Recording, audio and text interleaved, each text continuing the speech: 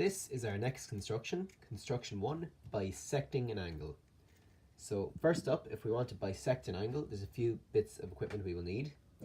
First off, we're going to need whatever we'll need to draw the actual angle itself. So our ruler and our protractor, our pencil, and then for the more complicated part, which is bisecting the angle, we're going to need our compass, ruler and pencil as well. So to get us started off, we will start with constructing an angle. So let's say I make an angle, and I'll make it an angle of 60 degrees. So make this an angle of 60 degrees. Let me see. So I'll label this point as my point B. I'll label this as the point C. And I'll use my protractor. And I'll go up along there to 70. So from 0 here up to 70 on the inside. And I'll make another arm of this angle.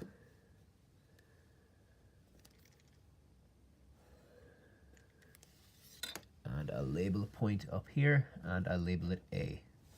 So now I have an angle, ABC. And the measure of that angle is now 70 degrees. So we all knew how to do that, nothing too complicated, but now it comes to the actual bisecting it. So much like bisecting a line with a perpendicular bisector, if we bisect an angle, we're going to cut it into two sections. So take your compass, and you don't have to make it any specific width, but we want to make it a decent enough size so we can see what we're doing. So we'll get practice, we'll get used to guessing what kind of size we should use. So I draw an arc from one arm down to the other. Now, where this arc intersects the two sides, or the two arms, I'm going to label with a dot. So this dot or point I'm going to call P, and this point I'm going to call Q.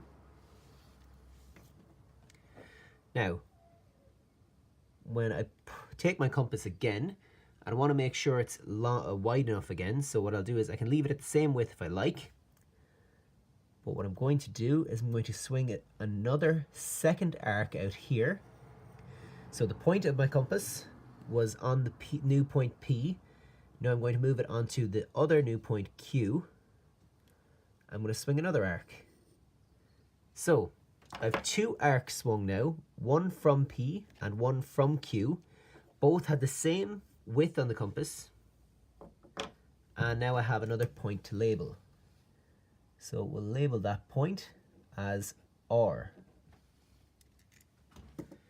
Now what I can do is from that new point R, I'll take my ruler and I'll draw a line back to the center of the angle. So now I have two new angles, we could say.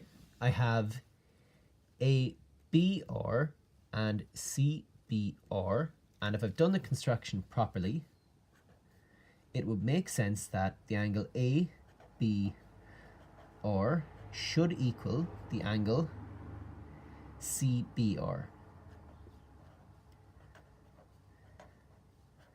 And that both of those would be equal to 35 degrees, since that's half of the 70-degree angle ABC.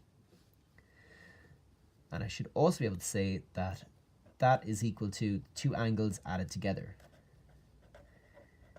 ABR plus the angle CBR, which links to our protractor axiom. Now, a question for you. Would this construction work if I made a random obtuse angle? So let's say I make an obtuse angle here.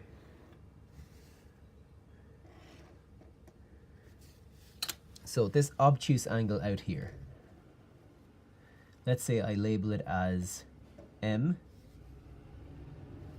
N, O. Would I be able to bisect that angle up there? Have a think about that. So I use the same procedure, but I have to be a little bit more careful with it. So I'll swing my arc and it goes across, and I'll label these two new points here. So I can label this one as K and this one as L. And again, take my compass. Might have to make it a little bit wider to make sure the two arcs meet. And if I swing an arc up here, and I change over to the other point and swing an arc here, I still end up with a new point up here, which we can label J. And I can bisect that angle as well.